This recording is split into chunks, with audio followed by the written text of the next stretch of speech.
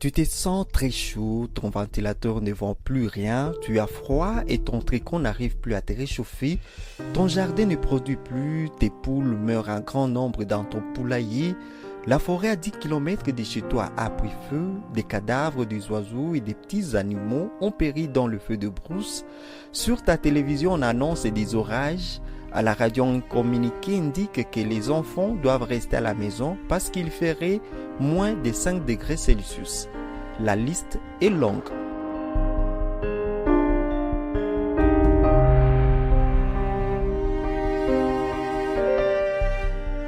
Savez-vous pourquoi?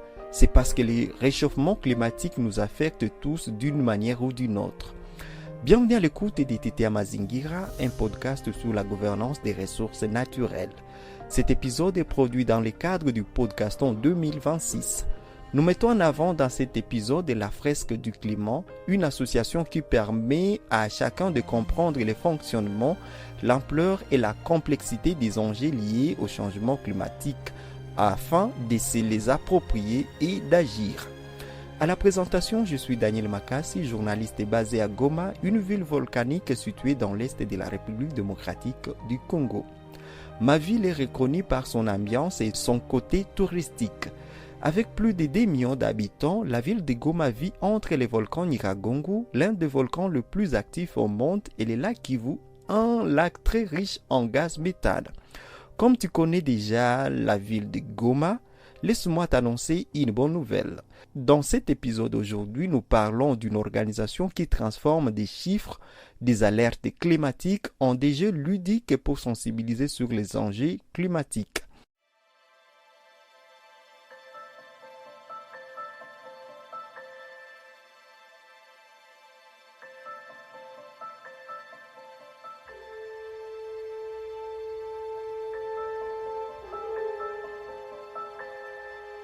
C'est quoi la fresque du climat? La fresque du climat est une organisation qui a été créée en 2018. À travers son site internet, il est indiqué que cette organisation permet aux individus et aux organisations de s'approprier les défis de l'urgence climatique. La fresque du climat développe des jeux appelés la fresque du climat. Comprenez bien ma répétition. Ces jeux se fait sous forme d'ateliers. Il a un rôle scientifique, coopératif et mobilisateur. La fresque du climat est un outil pédagogique neutre et objectif fondé sur les données scientifiques du GIEC, groupe d'experts intergouvernemental sur l'évolution du climat. Les rapports de cet organisme orientent les décisions politiques et économiques à l'échelle mondiale. Grâce à son approche ludique et collaborative, l'atelier permet à des publics variés de s'approprier les enjeux liés au changement climatique. Plutôt qu'une transmission verticale du savoir, les participants construisent collectivement les liens de cause à effet et intègrent le mécanisme climatique dans leur globalité. Sans culpabilisation, mais par une compréhension partagée, la fresque favorise un échange constructif et engage chacun dans la réflexion. À l'issue de l'atelier, les participants ressortent motivés et outillés pour agir à leur échelle, contribuant ainsi à la transition écologique de manière concrète et éclairée. Un atelier de la fresque du climat se déroule pendant 3 heures de temps et peut réunir 4 à 14 personnes autour d'un animateur.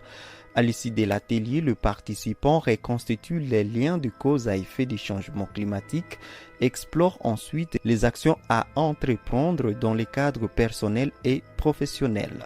Si tu veux rejoindre l'association La Fresque du Climat, la soutenir ou participer à ces ateliers, n'hésitez pas à visiter le site internet fresqueduclimat.org. Merci d'avoir écouté Tété Mazingira, un podcast sur la gouvernance des ressources naturelles. Cet épisode a été produit dans le cadre de la 4e édition du Podcaston 2026. Le Podcaston est le plus grand événement caritatif du monde du podcast. Il s'agit d'une initiative communautaire sans but lucratif. Merci d'avoir été à l'écoute de cet épisode depuis les débuts. Restez connectés pour nos prochains épisodes sur Tété Mazingira Podcast. À très bientôt.